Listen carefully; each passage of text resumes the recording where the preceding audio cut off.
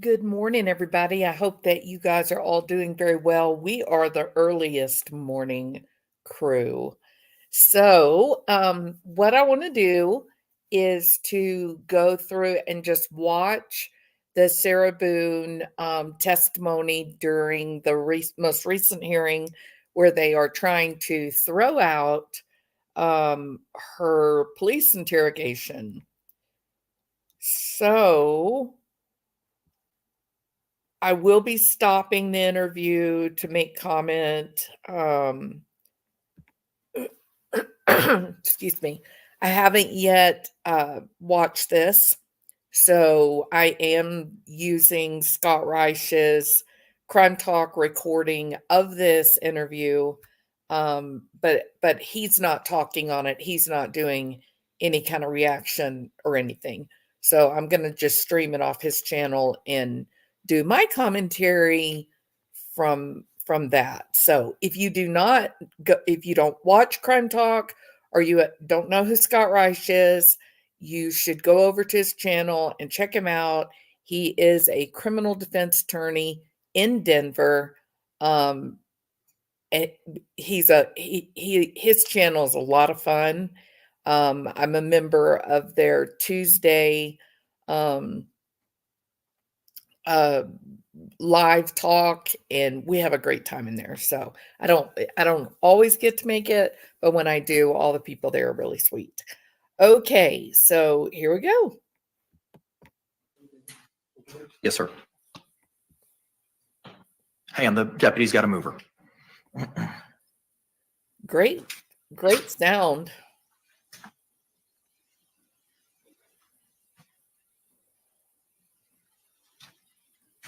And they got her all locked up like a hardened criminal, don't they? Good morning, critters. Hi, how are you? It's so good to see you. I feel like we hadn't talked in forever. Ma'am, you've already been sworn. Counselor, you may proceed. Hi, Darren, sipping on Amanda Just. And would you please state your full name? Good morning, everybody. Sarah Boone. You're going to have to speak up or move the mic. Sarah Boone. Yes. Her hands are bound, James. Where are you currently housed? At the Orange County Corrections Department. Have you been there since February the 25th of 2020? Was that the date of this interrogation that we're here for on this motion? Yes. All right. Let me take you back to the morning of finding Jorge Torres in the suitcase. You know, I have to interject, and I find this, it irritates me when I'm trying to watch something and the host keeps interrupting. And so I'm gonna try really hard to keep it on target. But I just cannot get past, you know, you're looking at a woman who was on Nickelodeon game show, right? When she was a little kid, like, I think, was she 13 or 15? Oh, maybe she was 16. No, I think she was 15. Anyway, she was on this game show. I mean, it was so odd. And then you've got Lori Vallow. She did the game show. Donna Adelson, she did the game show. Wendy Adelson did the game show. Multiple serial killers, game shows. Are we maybe not, how do I want to say this? Do you think maybe we don't fully embrace narcissistic personality disorder as potentially dangerous, that a person could reach levels of narcissistic need, that it would lead them into some of these behaviors? It just seems so peculiar that you have so many of these people that have done extraordinary crimes that we find out were on game shows. I can promise you this. I have met hundreds of psychologists. I'm a licensed psychologist myself, and I've met hundreds, maybe thousands of licensed psychologists or psychologists in training throughout the years. I don't know of a single person that's been on a game show. Not one single person on a game show. It's very curious. I do think, like in the case of Lori Vallow, prancing around on the stage, a married woman trying to win a beauty contest. I mean, if you like beauty contests, that's your business, but it seems quite pronounced for a married woman, right? To want to be in a beauty contest. So I just think that these people that get themselves entangled in these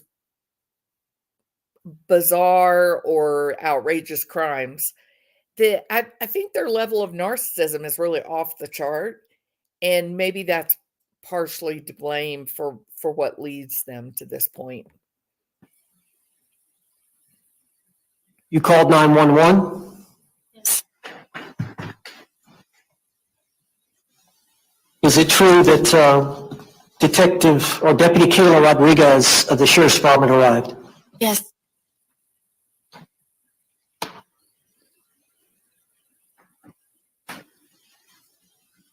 What mental state did you have at that time? I was very confused. It was very hazy. I didn't understand the monumental amount of people that were there and what they were doing with taking things from my home. I was worried about my dogs. I was worried about my son. I was in shock. I was traumatized by the situation, and then trying to focus on everything that was going on at my home. Now, we've seen the video of this woman. She was so hungover, so dehydrated, that she was leaned over, putting her lips on a spigot to drink out of the spigot. Her legs spread wide open to accommodate the shrubs, and her head down underneath the spigot, drinking water. She was a mess. But I find it interesting the way she presents that morning here. Notice she says, "Oh, I was so worried about my dog. I was so worried about my son." Now, look, her husband, ex-husband, the father of her child, has already come out and said she was really an unavailable mother. She had visitation. He wanted her to have a close relationship with her child, but she would be drunk 9 a.m. in the morning, 9 p.m. at night, noon, very often missing visitation because she was so intoxicated, or she was getting over the period of intoxication and, deep into a hangover. But when she answers this question, the prioritization that she gives to the various issues, they're all designed to make her look like a good person. This is a really calculating and manipulative woman. She's also quite curious and unusual, and some of that may be histrionic type behaviors that we would associate with histrionic personality disorder. That may be part of why we experience her as unusual, but she's got a very healthy dose of narcissism, and her ability to manipulate people. She must be effective at it because she goes to such extreme lengths that regular people are just sort of aghast at her behavior. But notice the priority that she gives to certain behaviors. It's all to try to make people look at her and go, "Oh, aren't you just such the nicest person?"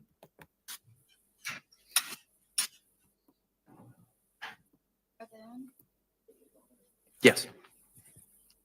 Where are you currently housed At the Orange County Corrections Department. And this Have you been there since February the 25th of 2020? Was that the date of this interrogation that we're here for on this motion? Yes. All right.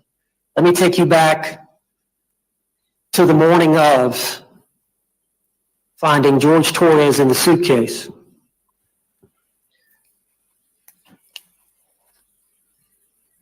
You called 911? Yes. hours later. Is it true that Detective or Deputy Kayla Rodriguez of the Sheriff's Department arrived? Yes.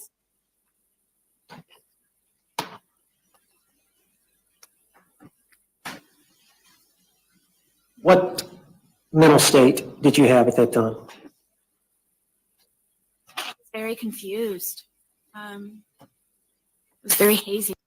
Very confused, very hazy. What would you have said? What was your mental state at the time? I was horrified. I was deep in grief. My heart was broken. I was terrified. That is not how she answers at all. I didn't understand the monumental amount of people that were there and There was a dead body in your house and you didn't understand the number of people there? She's so manipulative. what they were doing with taking things from my home. I was worried about my dogs. I was worried about my son. I was in shock. I was traumatized by the situation and then trying to focus on everything that was going on at my home. I was hungover. I was still, I believe, intoxicated to a degree. Objection, Judge, move to strike. This is outside the motion to suppress. They have not made any allegations. Good job. Voluntary because of her mental state or state of intoxication. Response? Judge, we're talking about, I'm just getting some preliminary information. But Her interrogation is the next day. the state has an obligation, and the case law cited by the state requires specificity in the motions. So it's not a game of 20 questions and a surprise. Okay, y'all. I'm telling you.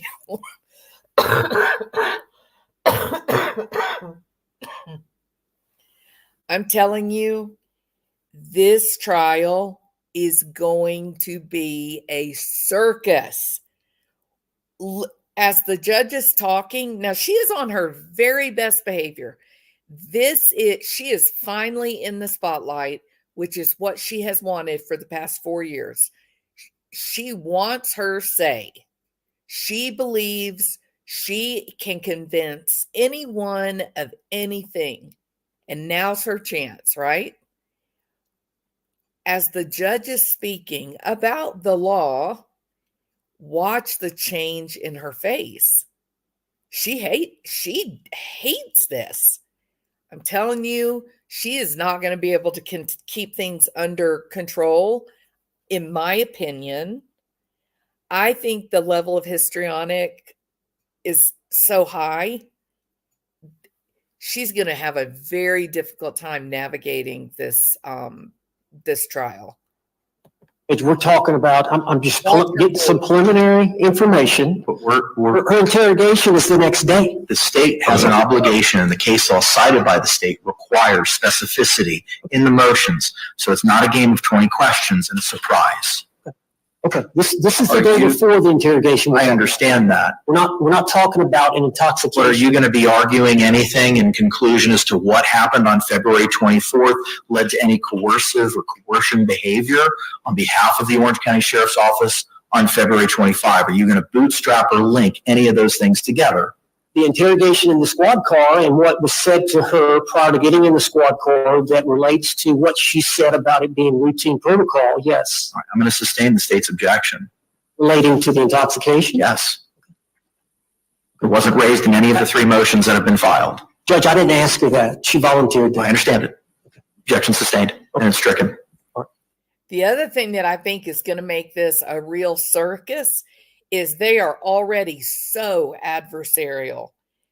You can tell this judge is over this woman. He He is sick of her. Did you speak to the deputy about what had happened? Yes, Okay. And then were you asked to stay on scene? by both, yes. By both detectives, yes. Okay. How long did it take the detectives to arrive after you had spoken initially with Deputy Rodriguez? It was not right away. I don't know specifically, but it was not quickly. Okay. Did the two detectives, when they arrived, did they take over the investigation? It was my understanding, yes. No foundation. Sustained. At some point, were the detectives directing you what to do and where to go? Yes. Okay. Can you explain what the detectives told you as it relates to you getting in the car? What was the phone issue before the car? Yes. Sustained. Let me ask you about the phone. When were you first asked about your phone? From my remembering, it was once they arrived, one of the first questions that Hopesall asked me was if I owned a phone. And what did you tell them? I told her it was on the kitchen counter. All right. And what happened next as it relates to the phone? I believe that it was brought to her with someone else. I don't remember. Sustained. What was the next thing that you were told or talked to about as it relates to the phone? Unlock it. Who told you that? Detective Hopesall. How did you unlock it? She handed it to me and I unlocked it. How do you unlock your phone? It was with a passcode. Okay. And when you unlocked it, did you give it back to the detective? I did. Did you ever see the phone again? I did not. After that incident, was the next time you were spoken to by Detective Copesall was in relation to the interview in the squad car? Yes, she told me I needed to go with her and Detective Lowen to her unmarked vehicle. And did she tell you anything about what was going to take place once y'all got inside the vehicle? That she was just going to be asking me general questions. Was there ever any mention about normal protocol? Not that I can recall. Okay. What about once you got in the squad car? I don't recall the squad car. Okay. And that was recorded for the court to consider. And so she read you your Miranda rights? Yes. All right.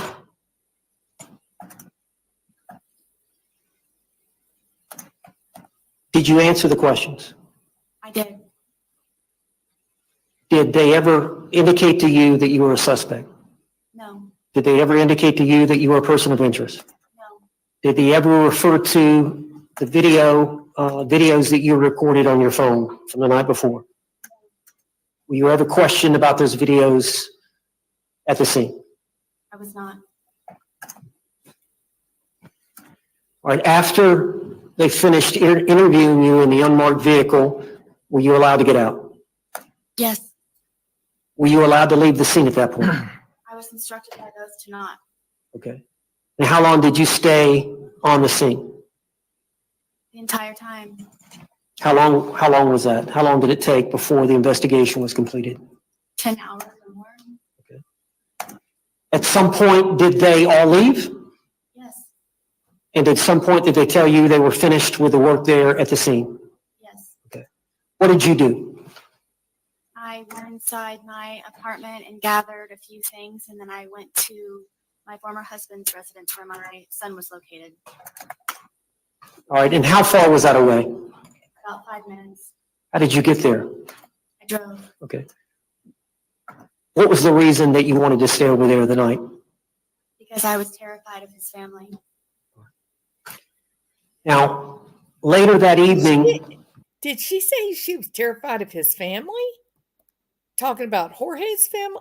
Oh, yeah. She did say, yeah. Now I remember. Wasn't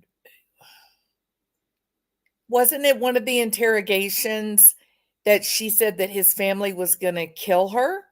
that they were going to come to kill her. You remember? Yeah, that this girl. What was the reason that you wanted to stay over there the night? Because I was terrified of his family. Now, later that evening, you were going to spend the night there with your son and with your ex-husband? And did you do that? My son, yes. All right. Later that evening, did you attempt to contact Detective Copesel? I did. And whose phone did you use? Former husband, Brian Boone. You said your phone had been seized Correct. and you had consented to that? You signed a form allowing them to take the phone? Oh my gosh, that does not make her a Have saint. there been any discussion about returning the phone? Copesel told me she or Lowen or both would return back to my apartment to return my phone And when did they tell you this? before they left the scene. And did they tell you they would return your phone where?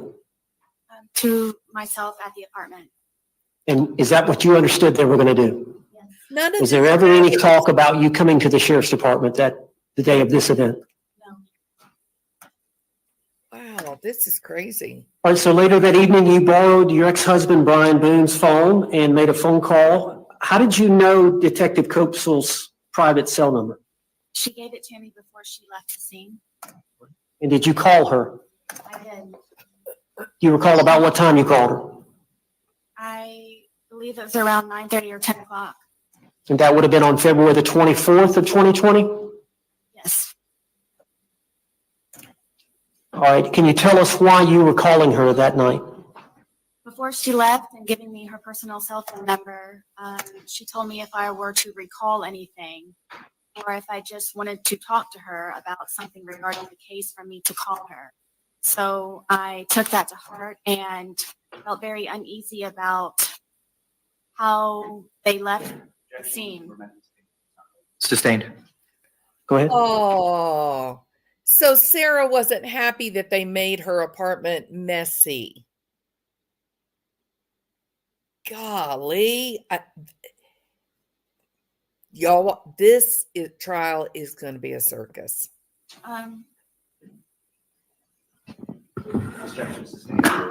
There's no pending question at this time. Okay, you were concerned about the case and you wanted to call her. Yes. And did you talk to her? Yes. What did you say to her? I told her in all honesty that I felt that she was trying to trick me. Sustained. She was trying to trick you like you tricked Jorge to get in a suitcase? Did you have a conversation about your phone? Yes. I asked her. Overruled. You may answer the question, ma'am. So did you call for a yes or no? She said yes, and now I don't know like what's pending. And how to get it. Did y'all have a discussion about your phone? Yes. Can you elaborate on that discussion? She told me that I needed to come down to the sheriff's department because she was pregnant and asked me if I remembered about when I was being pregnant. And it would just be a lot easier for her if I were to arrive at the sheriff's department to pick up my phone. Was there any discussion about you being interrogated at the sheriff's department? No. Was your understanding the sole purpose of you going to the sheriff's department the next day was to pick up your phone? Yes. And the sole reason for the change in plans from them bringing the phone to you was because Detective Copesel was pregnant and not feeling well? So the next afternoon, did you drive to the sheriff's department? Tell us, when you parked your car, where you went, what happened? I parked my car and left everything as regular in my car and walked through the front door and went to the window asking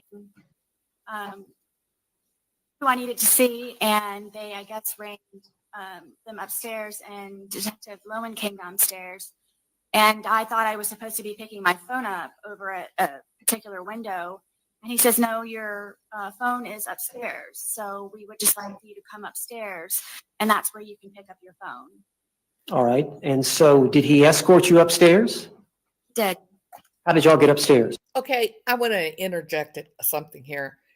do y'all know, I mean, I know you do. The cops will sometimes say, like, come to the NRG stadium. The first 100 people will get free tickets to the Astros game, right? And everybody will come and show up to try to get the free tickets. And then they'll have like a whole bunch of arrest warrants for these people that they've invited to come get these free tickets. It doesn't matter how the police get you to that point of arrest. They didn't entrap her into a crime. There's a dead man in her living room, and she waited hours to call 911. So to me, this is very odd that this attorney is acting like the cops did not treat her nice. In an elevator. And what was he wearing? I believe he was wearing a red shirt along with his firearm and black pants His firearm was on his waist? the entire time, yes. Okay. So y'all got off the elevator. Where did you go from there? He brought me into a very small room and they had me sit down, and then from there I had a list of things that I was going to ask them that I might need to do or that I could do. Okay. So from the elevator, Detective Lowen escorted you directly into the interview room, and we've got the recording, the audio and the video. You didn't go anywhere else prior to that time. Was there any discussion that you made outside, any discussion between you and either detective about anything, the phone, questioning, anything before walking into that room? Okay. So directly off the elevator and walked into the interrogation room. And then we've got the video on that. Now,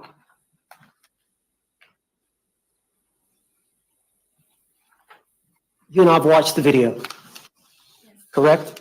And you've seen the motion where I've referred to the questioning where she asked you to sit down? Yes.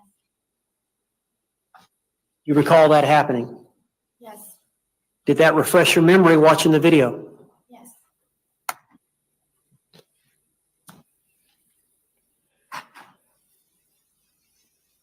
Do you recall her saying that she had received the autopsy? Yes. Do you recall her saying, I want to read you your rights again because we have to talk about that, referring to the autopsy? Yes. This was prior to you being read your Miranda rights. Correct. She also said, we're not done talking about the incident. You recall that? Yes. And then she said, we just have to do it. Yes. How did that make you feel? Sustained. Were you trying to comply with the officer's demands? Overruled. In every way. Were you trying to cooperate? In every way. Were you polite with them? Very. Whoa. And when she said that, we just have to do it, you said, just like we did yesterday. And then you said normal protocol. Yes. Is that what she had said the day before? What do you mean? Normal protocol. Yes. Had she said the same word? Could you said normal protocol to her? I was reiterating to her what she had said to me the day before.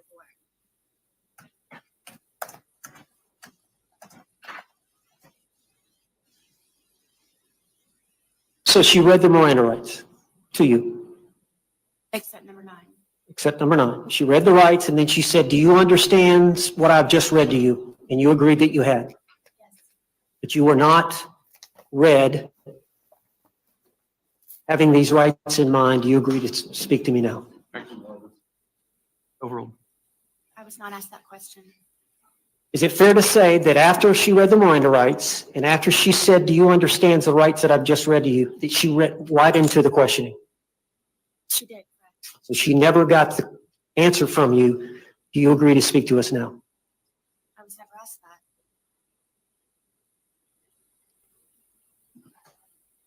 is that part of is that part of Miranda rights to like, does the law say that you have to say, will you speak to us? I thought the law just said you had to tell them what their rights were, right to silence, and The way that she attorney. acted, the things that she said,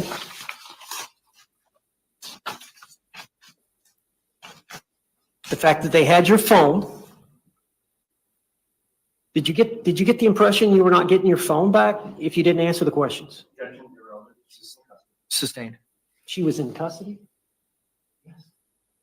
Yeah, it's been conceded by the state in their response that it was a custodial interrogation. Okay, but she wasn't aware of it. She wasn't aware she was in custody. What does her subjective perception matter? Well, under the circumstances, it would matter. I mean, she didn't feel she was free to leave. She was in an enclosed small space. That all goes to whether or not. She was being questioned by two lead detectives, homicide detectives. One of them was wearing a firearm. Oh my goodness. She was trying to cooperate as best she could. I think her position is that she was coerced into answering the question. What does that have to do with coercion? Those are all factors that under Ramirez as to whether or not it was custodial. Well, I know some of the factors are whether or not the interrogation actually happens in a police station or not, or whether it happens outside a police station. So just that environment alone. That goes to whether or not it was a custodial interrogation.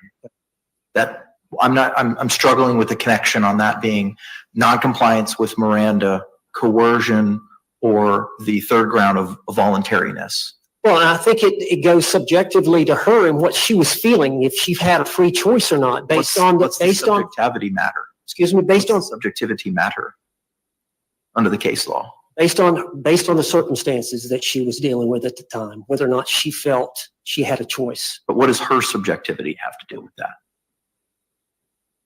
I believe it's relevant. Objection's overruled. I'm sorry, the objection sustained. I apologize. Did you understand you were not going to get your phone back until you answered the questions? Sustained. Oh, wow.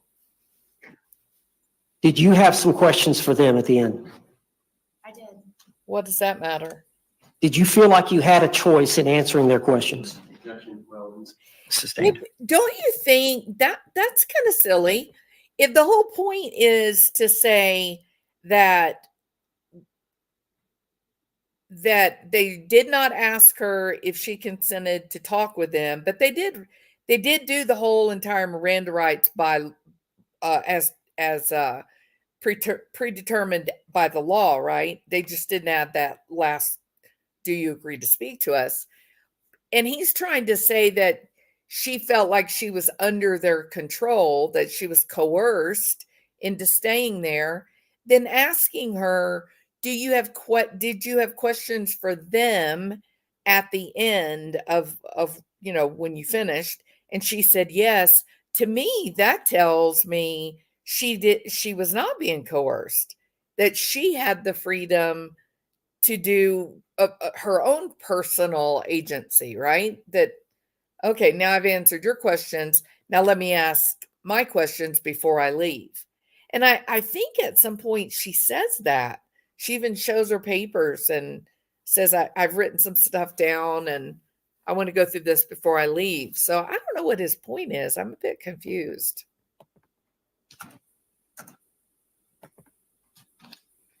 Ma'am, that day,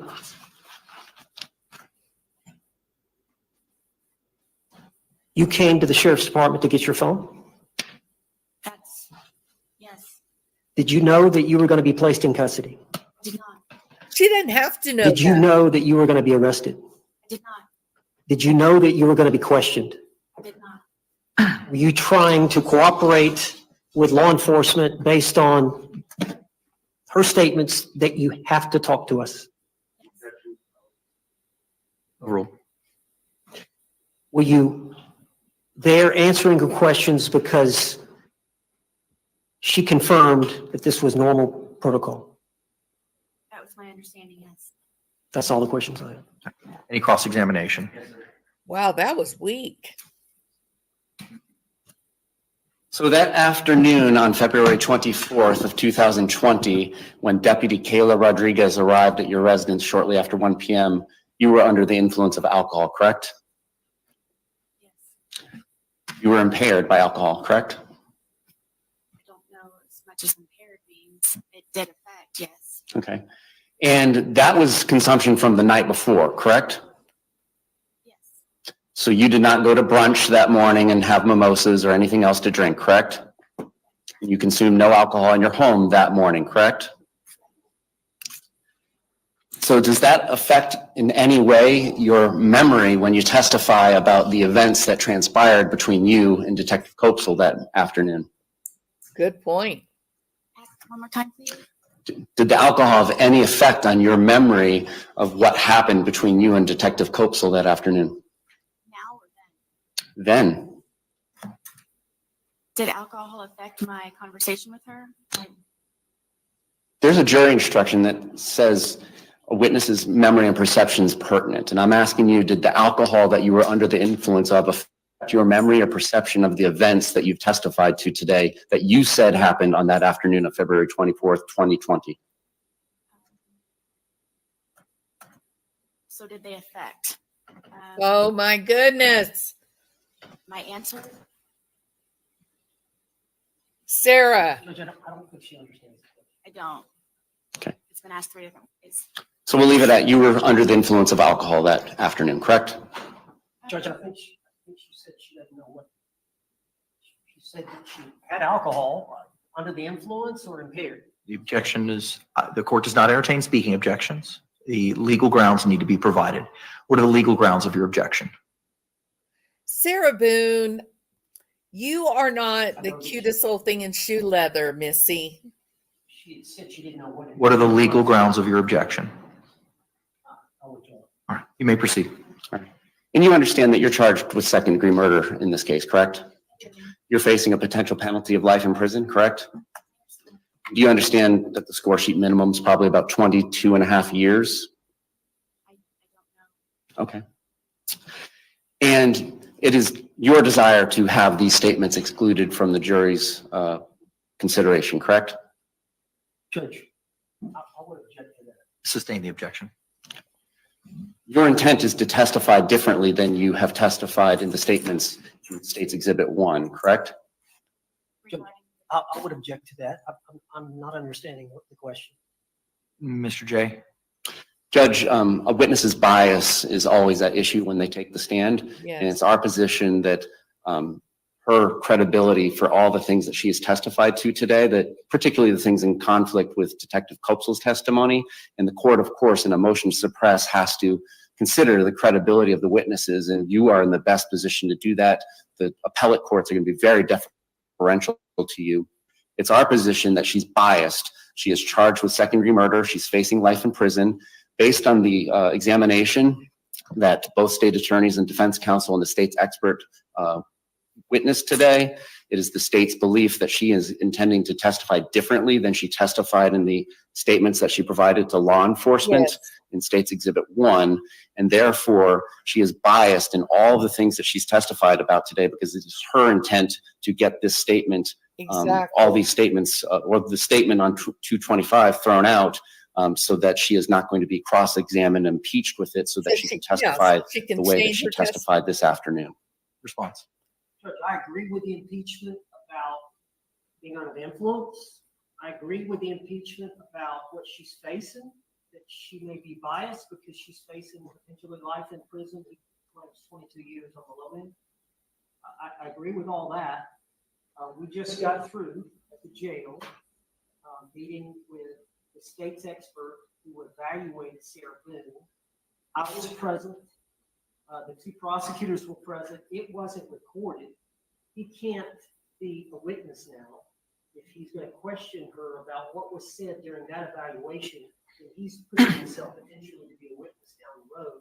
I don't think that's proper cross-examination about what she said there versus what he's saying here. Anything further? Mr. J. I am not specifically asking her what she said that was different. And obviously, if I did and she testified differently, I would have to accept that answer. There's no way for me to extrinsically impeach her with that due to the brevity of the time frame that we have all been subjected to. But I do believe it's a fair question to ask her whether or not she intends to testify differently than her statements that are in State's Exhibit 1 and consistently with how she testified this afternoon, and that she understands it would benefit her if these statements are excluded. I'm going to assist. Everybody remember her defense is that it was an act of self-defense. Now, I know that is mindless considering the facts of this case, but she's literally going to use a self-defense of, I'm a battered woman. This is going to be a circus. Stay in the objection based on how the question was asked. I'll allow you to revisit it based on how you just explained it to me. You gave statements to an evaluator this afternoon, did you not? I did. All right. And without going into the details, would you agree that there are some differences in those statements as to what is in the statements you provided to law enforcement on February 25th of 2020? Yes. And you understand that I would be able to cross-examine you on giving inconsistent statements at trial if you take the stand, correct? I understand. And so you understand the benefit of this motion to suppress being granted. Of course. No other questions? Any redirect examination? Okay. We can have Ms. Boone return back to counsel's table. While she's in the process of returning to counsel's table, anything else further from an evidence or testimony perspective from your side of the ledger? Okay. Anything else from the state other than argument? Just argument. Okay. All right. Once Ms. Boone's seated, we could proceed with any argument.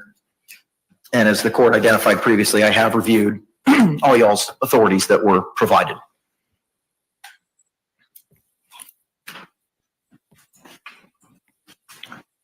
Mr. Owens, it's your motion, sir. You may proceed.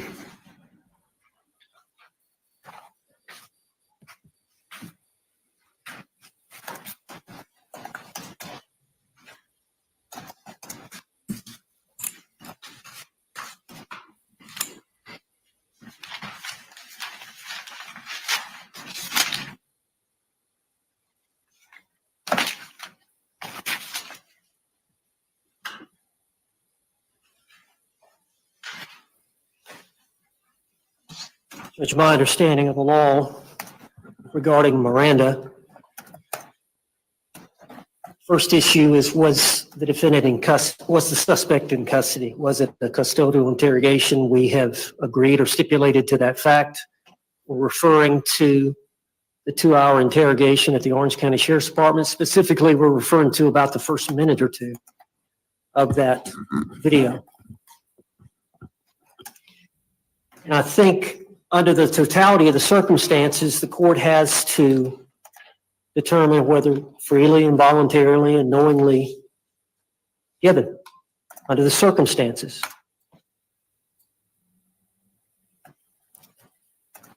Judge, law enforcement, after they get a valid waiver of rights, that I'm not going to be silent, that I'm going to answer questions, go ahead, ask me and I'll answer the questions. Once that happens, law enforcement. Pale Rider, apparently Sarah Boone was an active alcoholic. The apartment manager said that she might be drunk at 9 a.m. There were neighbors that said she was always drunk and that they would intentionally try to avoid contact with her because of the drinking. So yeah, I guess the term is raging alcoholic, right? Enforcement is trying to get a confession. Law enforcement is trying to get admissions that they can later use at trial to impeach the defendant and convict him. The law allows law enforcement at that stage to use deception, to lie, to trick. We found the murder weapon. It's got your DNA on it. Your co-defendant has come in here and confessed and implicated you. All those techniques, when it's really deception, they don't have the DNA, they don't have the murder weapon, they don't have the co-defendant. They can do It can be utilized to obtain a confession or an admission of guilt. It's not against the law. But prior to Miranda, you cannot deceive. Prior to Miranda, you cannot trick. That right is fundamental. You cannot be compelled to incriminate yourself. You cannot be forced to talk. It's got to be free will and a choice. And so you can't seduce. Don't think so. It says anything you say, anything you say can and will be used against you. That's crazy. I don't know what he's talking about. Or coerce someone into giving a statement. And the law is clear. When that happens, we've got to punish law enforcement to correct that type of misuse behavior. It's illegal. So you got Detective Kopsel on the one hand.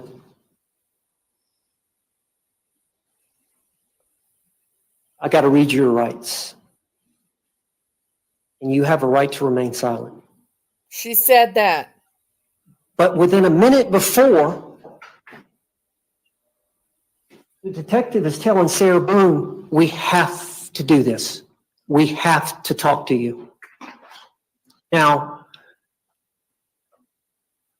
that's confusing. No, it's not. That's deceptive. There's nowhere in policy that should be allowed or is allowed. There's nowhere in the law that should be allowed. It's actually illegal to tell a suspect, we have to talk to you. We just have to, before reading Miranda rights. That is an illegal statement. Sarah Boone did not have to talk to them about the autopsy. Sarah Boone did not have to talk further about what had happened. But that's the implication this detective gave Sarah Boone. It taints the Miranda that comes before it. Here's a law enforcement officer. I'm trying to cooperate. We've got to talk to you, but you have a right to remain silent. But the statement of we have to read you the rights was made before we have to talk to you. So your argument transposes those two things chronologically. Why are we even having it? I mean, why even have the confusion? I mean, we're sitting here Monday morning quarterbacking, but Sarah Boone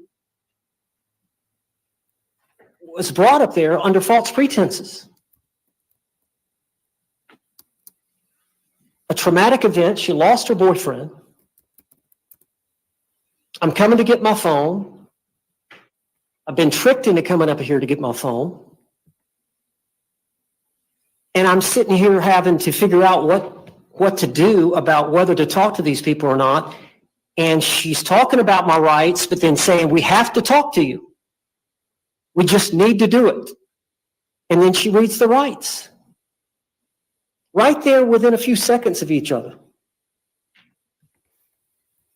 That's improper, it's illegal, it's coercive.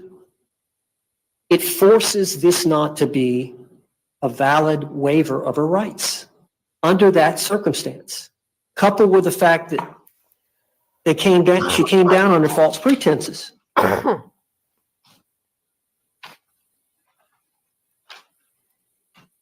Coupled with the fact she doesn't have the ninth question. Oh my God.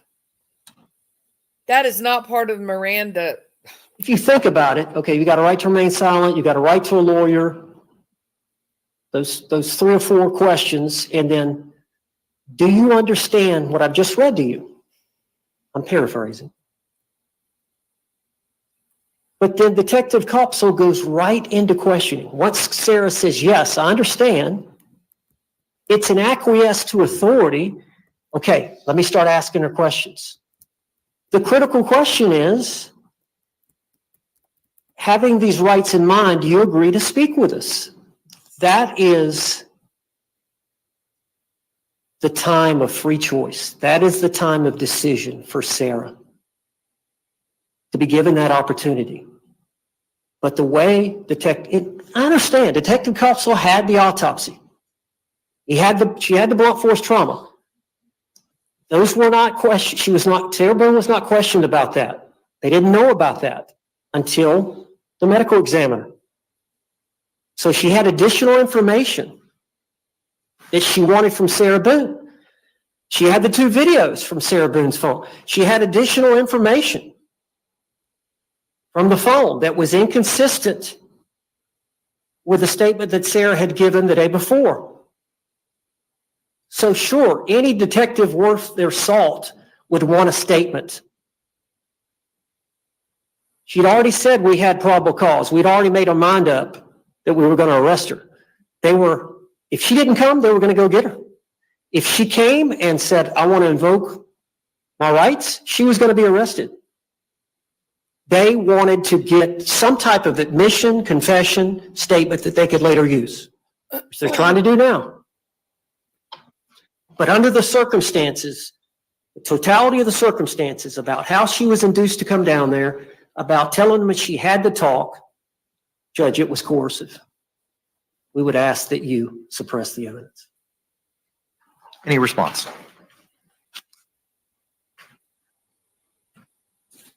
Judge, the United States Supreme Court has said that confessions are good. They are good for society. It is good when guilty people are convicted.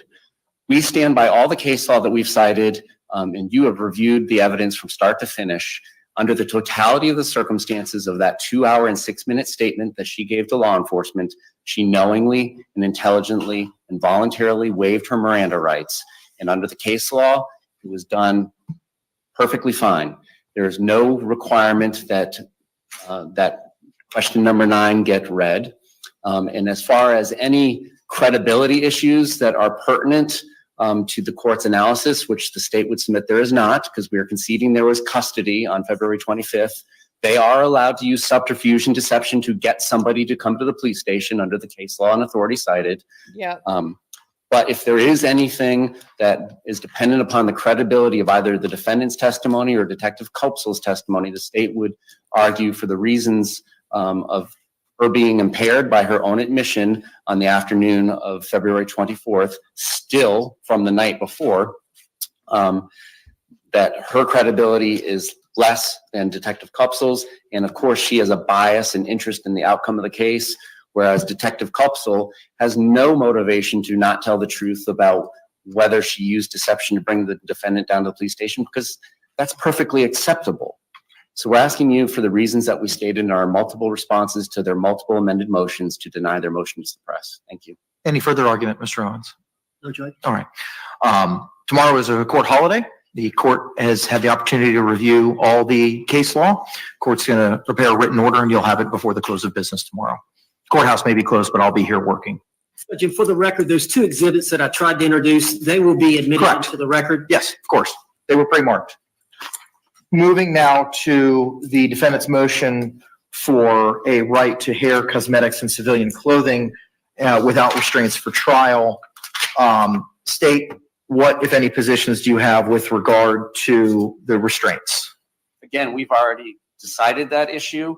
I don't know that there's been any new allegations alleged in the motions by Mr. Owens on behalf of the defendant, but the court has decided that already. And unless there was some sort of change in position or authority, then the court should maintain the law of the case. Response. Just one clarification, but she's here today and she's in handcuffs, so she has difficulty writing. Let me just interject for 1 second. She will be hands-free. Okay. So the issue is the leg restraints. And Judge, she's presumed innocent. I understand security has an obligation. There's 3 doors. I assume we're going to be trying the case in this Yes, sir. courtroom. There's 3 doors. I know that we've got several security officers here in case she were to try to flee. But she's got no access to weapons or anything of that nature. She has a fundamental right to a fair trial. She has the fundamental right to a presumption of innocence. And if the jury were to see any restraints on her freedom, they're going to automatically assume the worst, that she is a danger. And people automatically will take that to heart, and it will affect their decision when they go back into the jury room. So, yeah, she's going to be at the table. I don't know if we switch it. Does the prosecutor go over here? No, that's your table, sir. That's my table, closest to the jury. So she'll be sitting here with the other 2 lawyers and I. And the only time they're going to see her walk in and out is she's always going to be in the courtroom. They're never going to see her walk in and out. So the only time is when she testifies. So I guess I don't know if you have leg restraints that she can wear and walk, but we believe it's not necessary. And of course, we definitely don't want them to see her walking funny or hear something funny or see something funny as she's walking from the defense table to the witness stand to testify on her own behalf. But I don't think it's necessary to have leg restraints. I think once she gets in here in the trial, beginning Monday, jury selection, and I assume the tables are going to stay here. The privacy panels will be located in front as well, which will prohibit our jury from being able to see any of the leg restraints that she has. I don't think it's necessary to have the leg restraints, Judge. I think you can bring her in with the leg restraints, but take them off right before we get started. I don't see a problem with that. I don't think she's a threat. Is this such There are a- times when criminal defendants are in a trial and they misbehave in the middle of the trial, so they have to be restrained. But Sarah Boone, as far as I've been involved, and I think prior to that time, has always been polite and cooperative. Not And always. she understands the importance of behaving. And I have every intent that Well, I think we'll be okay if they do not give her a pen and a pad of paper. If they give her a chance to write a letter, we're in trouble. she will comply with the court's directive and she will act appropriately throughout the trial. I do not believe any restraints are necessary during this trial. Anything further as to that issue? I don't believe that's case law authority on the issue. Okay, police. All right, thank you very much. With regard to your request for clothing in that, you could certainly go to the jail and provide, have whoever it is that you want to meet with her in the meeting area to get measurements from her and provide clothing. The clothing for trial will have to be provided to her at the Orange County Jail. That will be brought over with her in the morning, and then she'll be able to be dressed out downstairs.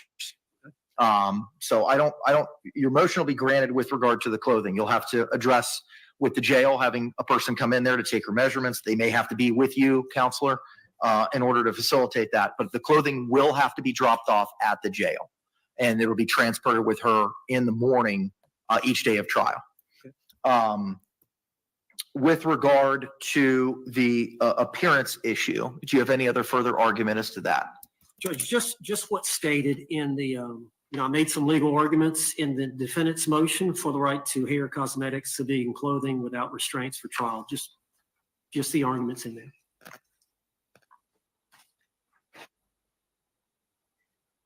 And the Estelle case that you spoke to being dressed out in a prison garb.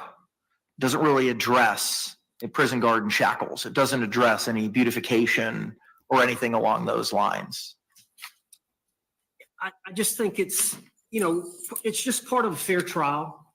The other problem is it's contraband. That stuff's not even purchasable at the commissary at the jail, any makeup or anything along those lines. Well, I'm going to have the two paralegals here. I say the paralegals. One's a lawyer now, and the other is a consultant. But they're females, and they can bring the cosmetics in and apply it either here in the courtroom or just outside the courtroom. I'm sure there's a waiting room. There's no place where we can apply any. You can't put them back there. because we can't allow access back there. That's for corrections and for the sheriff's department and for the inmates. Can she be allowed, can the two females on the team, can they be allowed to apply some type of makeup to Ms. Boone? State? We don't have any dog in this fight. I've never heard of it happening. That doesn't mean it's not permissible. This prosecutor, look, all right, I need to collect myself here for a moment. Obviously, the prosecutor is just incredulous. The judge is incredulous.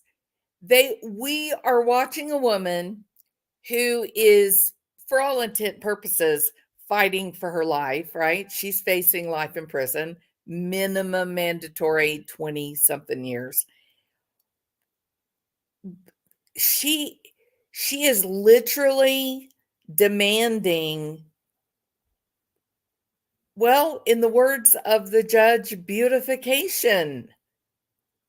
What does she think? Does she think that this jury is gonna say, look how cute she is, we'll just let her go home and forget all about this messy business with the suitcase?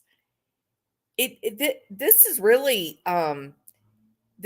interesting. Again, it is demonstrating the power of a personality disorder to affect your accurate appraisal of a situation. She is still believing that she's the little cute high school, debutante. And if she is going to be in front of her fans, and if we're going to be watching the Sarah Boone show, she needs to be able to walk in a way that is complimentary to her. She needs to have her makeup done. She needs her cute little haircut done, because it's the Sarah Boone show. This is her moment. That's the personality disorder. A normal person, a regular person, would recognize the gravity of the situation they were in. Charlie Adelson recognized, I'm in trouble here. If I don't, the reason that I'm up on the stand testifying, I am fighting for my life. She is preparing to perform for her fans. But If you want to try to do it here in the courtroom, that's fine. But be advised that, when we start court, we start court. So, and I intend on starting it at 9:00 every morning. So I'll have pleas every morning and other matters, because court still has other business, at 8:45. And I plan on bringing the jury up at 9 until we select one, and then starting at 9 every day thereafter. So your motion will be granted with regard to the clothing. You can perhaps someone attend travel to the jail with you, sir, Mr. Owens, to take the measurements. You'll have to provide clothing at the jail. With regard to the appearance, it's denied to have anything happen at the jail or happen in any of the secured areas. But if you want to attempt to have members of your staff apply makeup prior to trial, you certainly can do so. Court will provide you a written order with regard to the request for removal of the leg restraints. But the hand restraints will be removed. I think that it falls under the same. Okay. And a written order apply makeup prior to trial, you certainly can do so. Members of your happen at the jail. Watch the reaction. With regard to the appearance, it's denied to have anything happen at the jail or happen in any of the secured areas. But if you want to attempt to have members of your staff apply makeup prior to trial, you certainly can do so. Court will provide you a written order with regard to the request for removal of the leg restraints. But the hand restraints will be removed. I think that it falls under the same analysis. It needs to be done in the courtroom. Yes, sir. Okay. And then the last. So they're going to put makeup on her in the courtroom. That is going to be. What do y'all think of that? That is a strange idea, isn't it? Wow. Okay, so the judge was very clear and said no makeup at the jail, in the secured areas, etc. But if they want to put it on in the courtroom before trial. So she is, wow, that is crazy. So she's going to be sitting there. I want y'all to envision this. She is going to be sitting there at the table, the defense table, and her attorneys are going to be putting makeup on her. And she is going to be sitting there like, I'm ready for the cameras. This is the same chick that went on the game show. I just go to the mall and hang out with boys and spend money. Look how cute I am. This woman has not aged, matured a single day in 20 years. You obviously don't know who you're dealing with. I made straight A's. It's like, what? Honey, you were in school 20 years ago. Your claim to fame to get yourself out of a murder rap is that you made straight A's 20 years ago?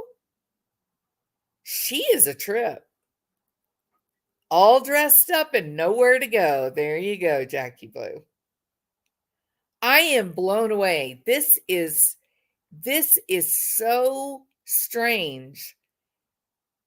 I think this prosecutor is over it.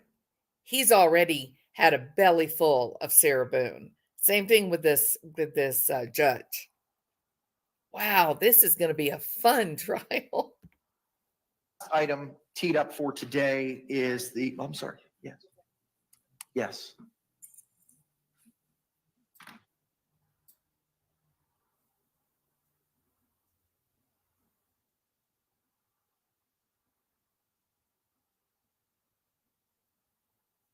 So corrections in the Orange County Sheriff's Office have just advised me that the concern is if makeup is affixed and then she's taken back downstairs and then taken back to the Orange County Jail, they don't know if it's contraband, they don't know what's placed on her person. And that's the concern. There's just going to be some facial makeup. I understand, but I don't see. DOC and Sheriff's Office tell me they can't do it because of the concerns that were just outlined. You got to follow the rules of the jail. After she's returned to the Orange County Jail facility. Okay. All right. You'll get an order with regard to the restraints no later than tomorrow. Moving now to the state's request for protective order. I've reviewed that. I need to understand what you're looking at, Mr. Owens, with regard to these custodians and supervisors at the state attorney's office. I did not realize that was going to be addressed today. Yes, my JA had emailed all y'all, I think last week after it was filed, that said this would be added to the hearing for.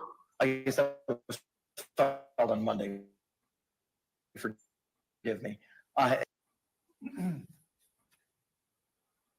was relating to me subpoenaing and listing I think it was It's the third amended witness list lists certain people as witnesses: custodian of records, Orange County Office of State Attorney, domestic violence supervisor for the Office of the State Attorney, victim advocate supervisor for the Office of the State Attorney, and misdemeanor supervisor for the Office of the State Attorney.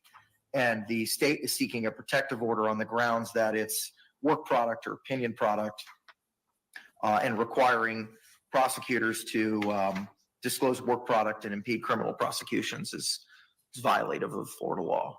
But as you know, we have filed our notice of intent for battered spouse syndrome in conjunction with self-defense. Right. And we have listed and plan to introduce the fact that Jorge Torres had been arrested, I think 3 or 4 times prior to this event. 3 times. And I think on 3 of those cases, the case was dismissed against Mr. Torres. And it's going to come out that Sarah Boone had requested the charges be dismissed. And I believe it's going to come out probably through expert testimony that that's one of the conditions, or that's one of the things that they try to do, bond you out of bail and then get the charges dismissed as a battered spouse. That's a common theme. So ultimately, the jury is going to hear about that, but the jury needs to know it's the ultimate position. The victim doesn't have the final say. It's the ultimate position from the state attorney's office as to whether to prosecute a case or to drop a case. Yes, they are to consider what the victim wants, and they are to consider their request, but ultimately, the state attorney has to make that decision about whether a case is dismissed. What are you going to be asking from these persons? That, How would that not be protected by work product? well, to whether or not it was a if it comes decision. out, if it comes out that she went down there and requested the charges be dropped and they were dropped, then that gives the impression that she had the power and authority just to come down to the state attorney and ask the charge to be dropped, and they would. When in fact, the ultimate call is the state attorney's office. They don't have to drop cases even if a victim claims they do.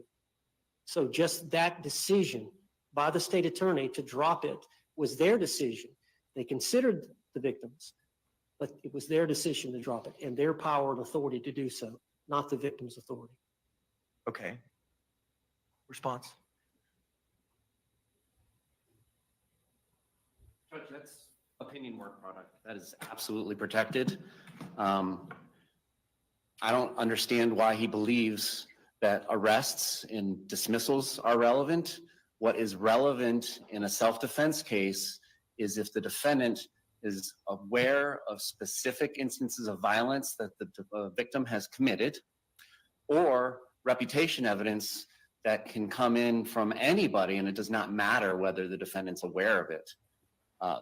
The notion that this sort of evidence would be admissible, much less through the vessel of sworn prosecutors, and they have now gone ahead and named people who aren't even involved with the cases. Matthew Storch, Christina Mills, and Aaron McCullough, our head victim advocate, have all now, I learned while we were at the jail this afternoon, been served with subpoenas by the defense, and we are moving to quash those. Prosecutors and victim advocates and other support staff cannot be forced to come in and say why they dropped a case. That is opinion work product. And if they want to get public records about these cases and try to get them moved into evidence, then they have to do public records requests or compel discovery from the state attorney's office, which I believe we all have. The state has just been dropped with her medical records that Investigator Lane got in 2021, even though they keep on saying in their amended discovery exhibits that they don't even have this evidence. We got dropped last Friday, the Aspire records and the Advent Health records that have documentation that Billy Lane picked them up in 2021. So the defendants had these things that are getting dropped on the state for years, and we're just getting dropped on us this Friday. And now we are having to combat subpoenas and requests for documents. It is opinion work product. The people that they have listed didn't handle those cases or make those decisions, but that is the ultimate protection, is why we drop these cases. And it's up to the defendant if she wants to come in and say, yeah, I asked to get these cases dropped. I mean, that evidence is coming in anyways through her phone extraction. She is immediately working to bail the victim out. She's immediately working on dropping charges. Interesting. In fact, there's a video of her coaching the victim on how to drop charges against her on her phone. Wow. Wow. New information. I mean, y'all probably have already seen this, but this is new for me. Wow. Wow. This is going to be a great trial. So all that evidence is going to come in, but it cannot be coming in through opinion work product of the assistant state attorneys and our support staff. Any further argument? I didn't make the argument. I did not make the argument that the state attorney was going to be called to ask why they dropped it, as he just referred to. where they had to explain why the case was dismissed. No, the reason for that is just to explain that they have the ultimate power to dismiss, not the victim in a case. Not why we chose to drop 3 cases against Jorge Torres, but they have the ultimate authority. The victim does not control the case, the state attorney does. You have a written order on the motion, protective order for tomorrow, by tomorrow as well. Anything else, state, we need to address? It appears, and again, been conducting motions all afternoon. It appears that we are set to allow the defense to depose our battered spouse syndrome expert at 10 a.m. tomorrow. Yeah. And that will be done virtually. With regard to the deposition of Dr. Brannon, the deadline is tomorrow. That's set at 3 p.m. Okay, that's still set at 3 p.m. Yes. Wow, There will likely that's be a pending great. motion to strike if his testimony is duplicative. Dr. Harper's, my understanding from the defense is he's just going to explain what battered spouse syndrome is. It's unclear why or how that would be different than Dr. Harper explaining that. Is that taking place here or is that taking place in South Florida? Virtually? Unfortunately, due to time constraints, I cannot be everywhere at all times. All right. Judge, and then on Dr. Brannon's deposition, yes, it's set for 3. I'm just learning now that the expert is going to be available at 10, Paul's expert, or by Zoom. And we did talk about that at the jail, trying to schedule something for tomorrow. So she just evaluated Sarah Boone from noon to 2, and then I'm going to take her deposition at 10 tomorrow morning by Zoom. And then we're taking Dr. Brannon's deposition.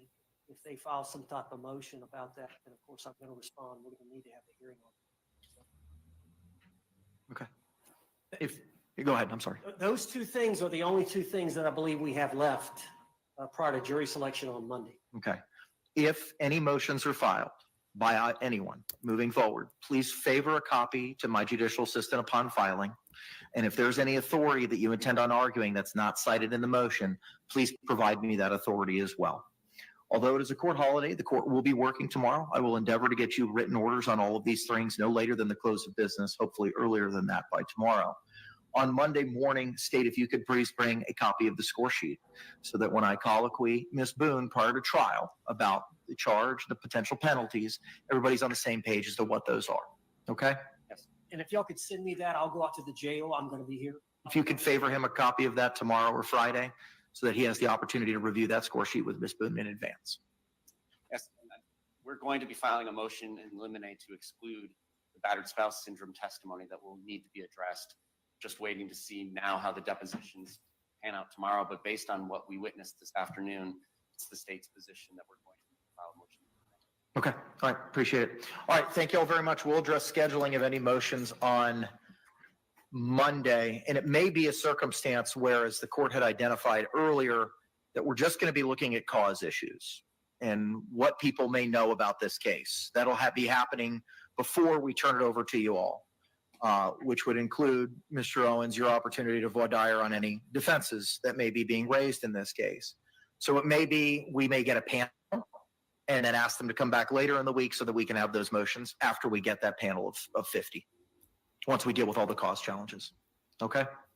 All right. Thank you all very much. We'll see you Monday morning at 9 a.m. Court's in recess. Thank you.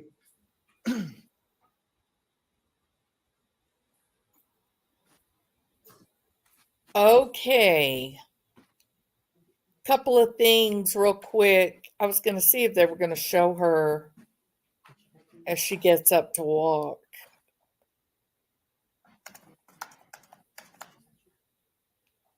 I wonder why she's just sitting there.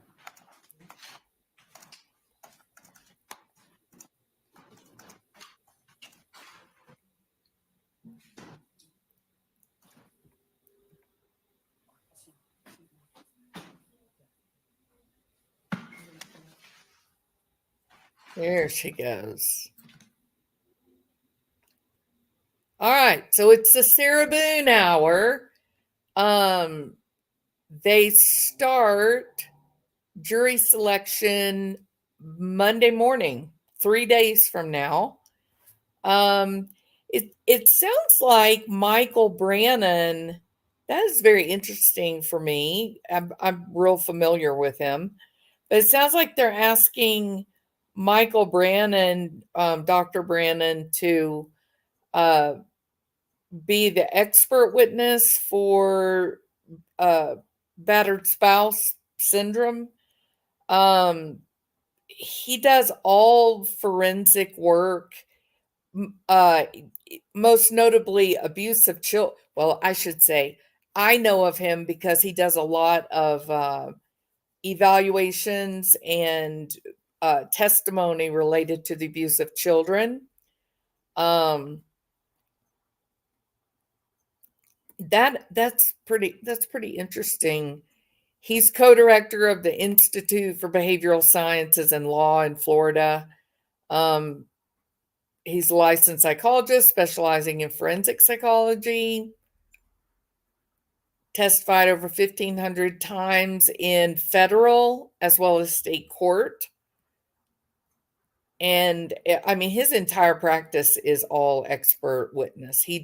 He's purely a forensic guy, purely. Let's see. Areas of expertise include sex offender risk assessment, competency to proceed, sanity assessments, competency to waive Miranda rights. Interesting.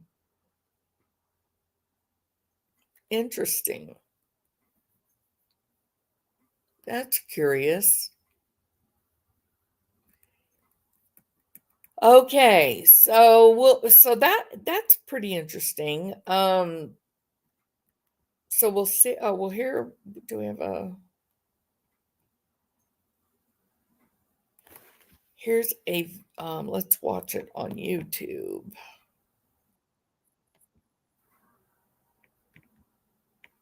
All right, hold on a minute. I'm going to switch out videos.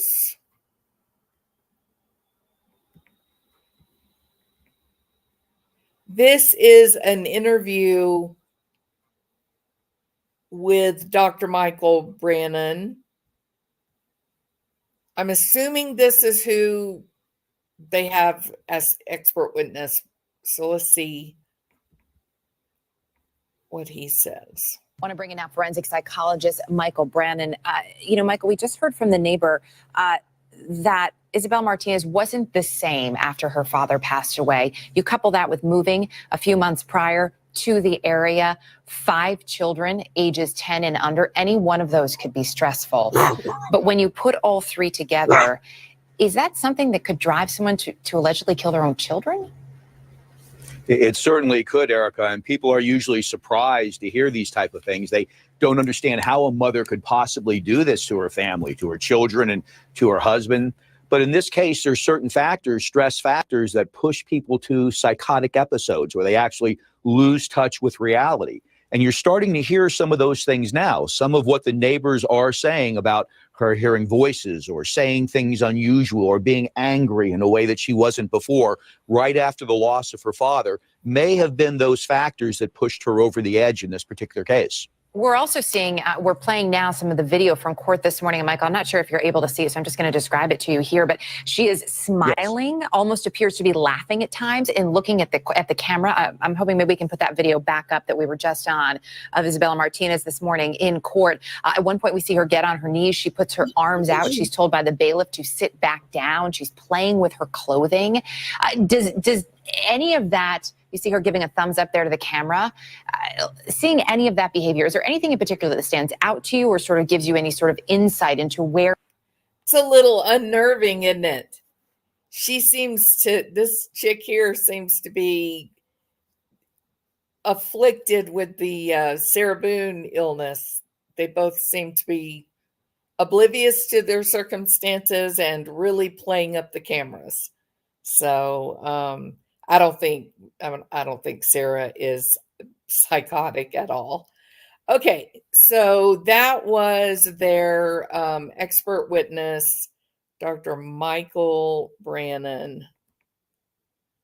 And so we will be hearing from Mr. Brannon. or Dr. Brennan. All right, guys. So the excuse me, the jury selection begins on Monday. I know it is absolutely shocking that we are finally going to trial with this most curious murder, or what I believe is murder. All right. Thank you guys for being here. I sure do appreciate all of you. And yes, we are the sleepy dog morning crew today. And I feel like that is what I look like and feel like today. I don't know if y'all can tell, I still have a terrible cough. I am sick and tired of it, but it is what it is. So hopefully sooner or later, sooner or later it'll be gone and I will be back on YouTube more often. But the way it is now, it's just irritating. So I hope all of you guys have a great day.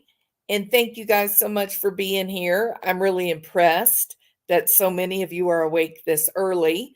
My dad used to wake me up every morning telling me, the early bird gets the worm. Don't you want the worm? So good for all of you. You guys will be able to get the worm today. All right. Y'all have a wonderful day. I'll be back. My daughter is going to be on camera as well, talking about the Sarah Boone case. So we're going to do it together. And so it'll be a lot of fun. All right. I will see you guys for sure Monday evening. All right. Bye-bye.